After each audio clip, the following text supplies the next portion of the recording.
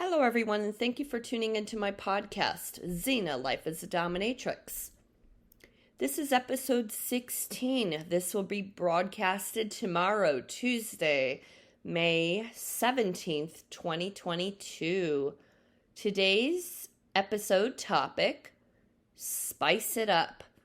It's 2022. Spice it up. Sure, vanilla sex is great, but spice it up. But of course, first discuss it with your partner. Communication is key. Make sure you know your partner's boundaries and they know your boundaries as well. It's all about safe, sane, and consensual. That's very, very important as well. But let me get back to spicing it up. Ways to spice it up. Kinky sex. Kinky sex is great. Kinky sex is fun. And I've noticed, I was watching a show the other day. It's a very popular show called Euphoria, where, yeah, there was this one particular episode where they were doing kinky sex in the episode. I was like, wow, that's really being shown. And it's on one of the platforms, HBO. And I'm like thinking, wow, millions and millions of people watch this show. And by watching kinky sex will maybe inspire couples or give them ideas, like if they watch it on a show or read kinky sex in a book, they might think, oh, let's try that. There's nothing wrong with kinky sex. Kinky sex is great. It's positive, it's fun, it's healthy for the relationship as well. There's nothing wrong with kinky sex. It's all about safe, sane, and consensual. Remember that. It's very important. But yeah, kinky sex, like, for instance, like anal sex, oral sex, different positions, or introducing fetish to the bedroom, bondage, role playing.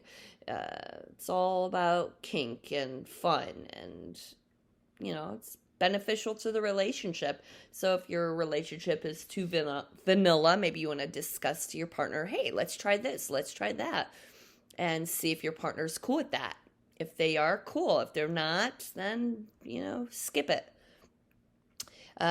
Spicing it up, complimenting your partner, whispering in your partner's ears just how sexy they look, and how beautiful they look, and how hot they make you feel. Or just complimenting. It's very, it's all about positive relationship. It's very positive to compliment your partner, and people love a good compliment.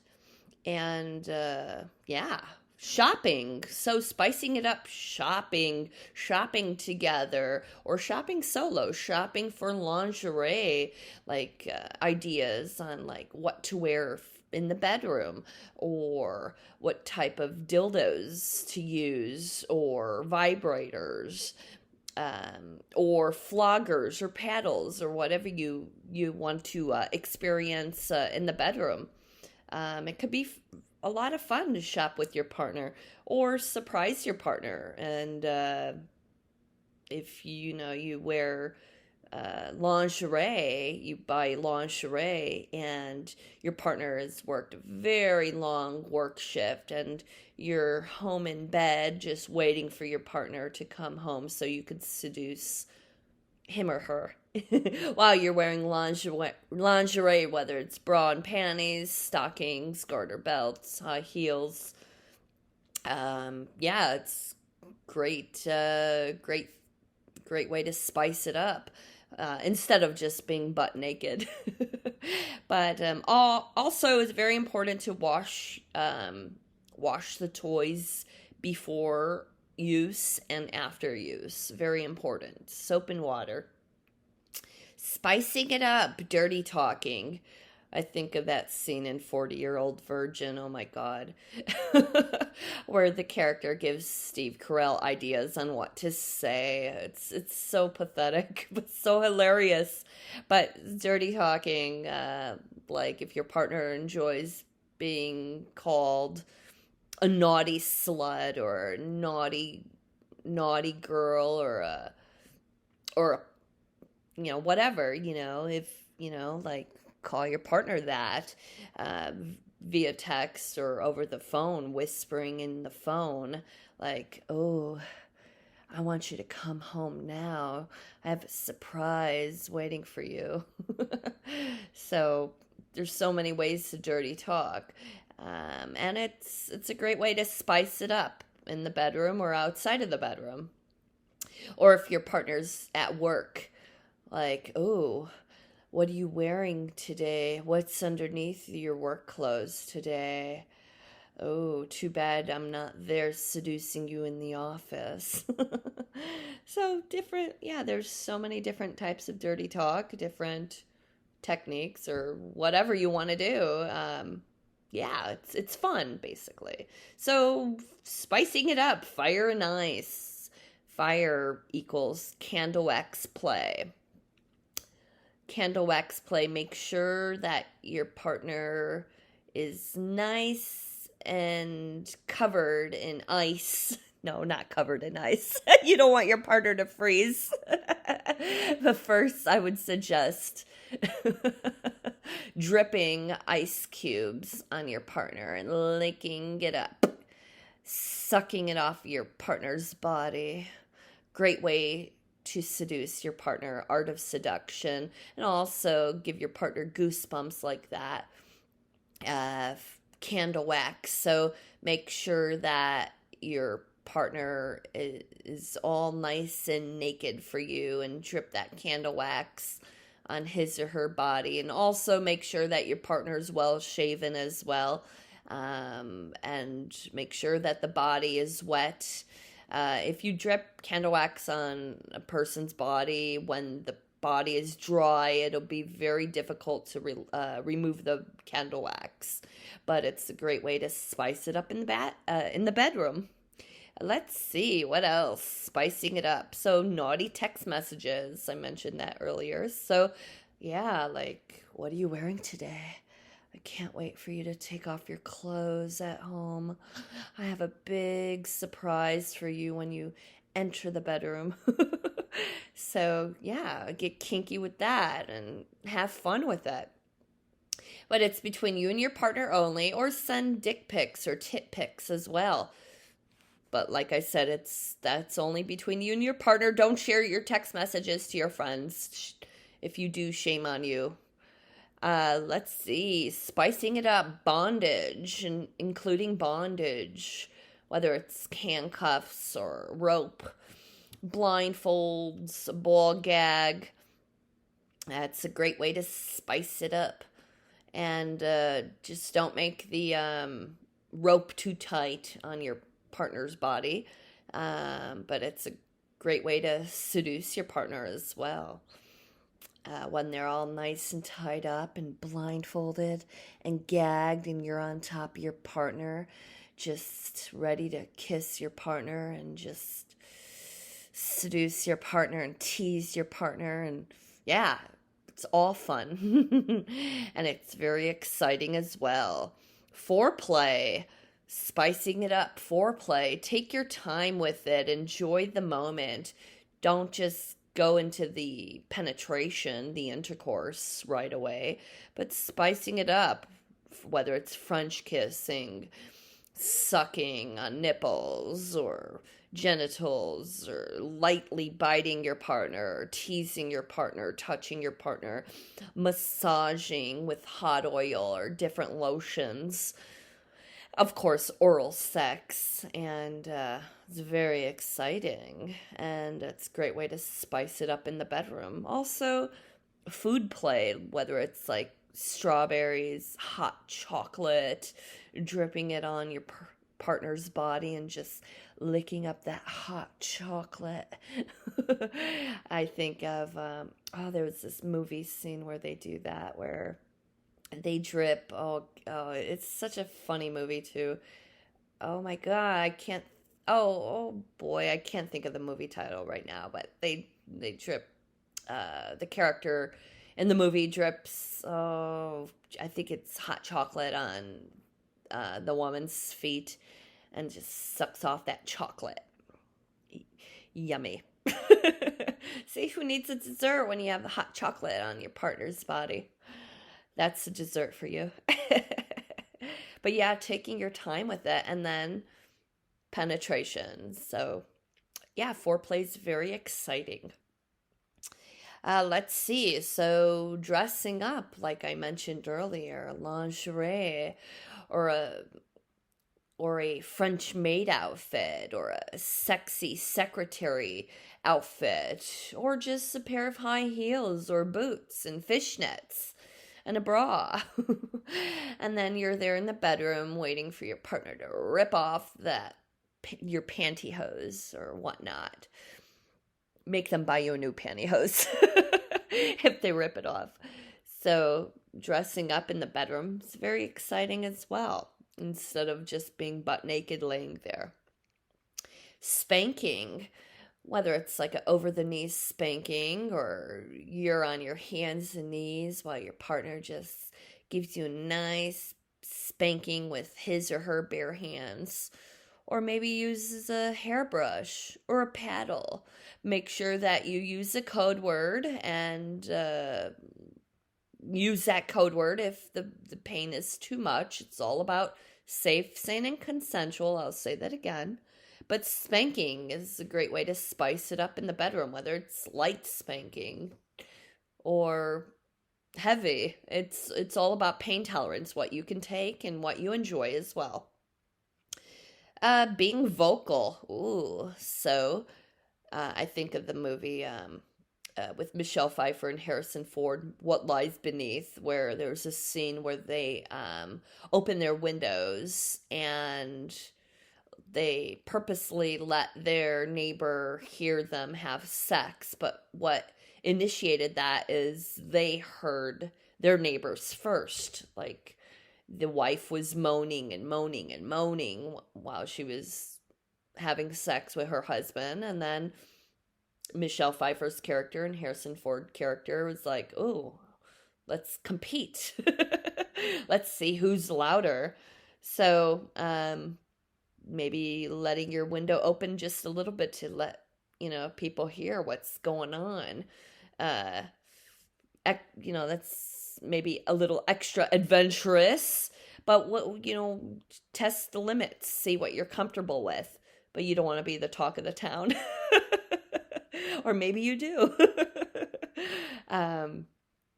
Yeah.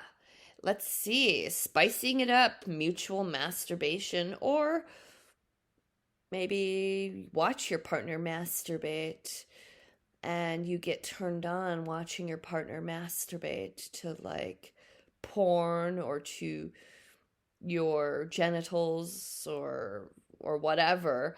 It's a great way to spice it up in the bedroom. Role playing. So if you want to play the role as Catwoman, get all nice and dressed up in a black PVC catsuit, holding that whip with pride, ready to whip your partner into submission.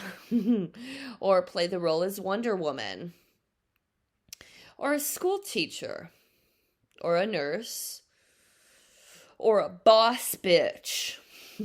So role playing is a great way to spice it up in the bedroom. Like, you play the part in the bedroom, and like, for instance, if you're a school teacher and your college student didn't do his homework, shame on you. You threaten your college student, you're gonna get an F, you're gonna fail this class. And the student might say, what can I do to pass this? And then you give instructions on what your college student should do. Whether it's seduce you or whatever you want. Or maybe they pull down their pants and You humiliate them, whatever you want. But yeah, role playing is great fun. It's exciting.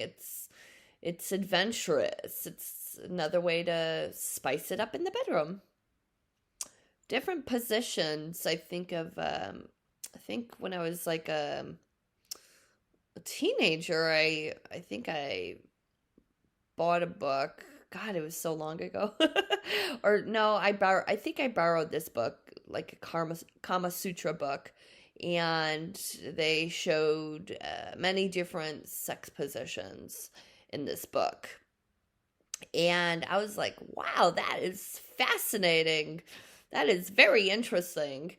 And yeah, so if you read a book and it illustrates different sex positions, maybe you want to show your partner first, see if he or she wants to try that out.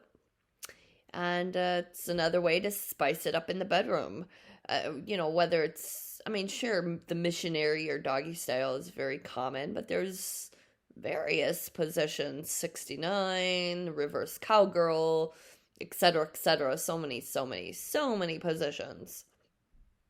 Or also having sex in different areas in your home, whether it's the bathroom, the shower, the garage, on the car, in the car, living room, on the couch, in the kitchen, bent over the kitchen table.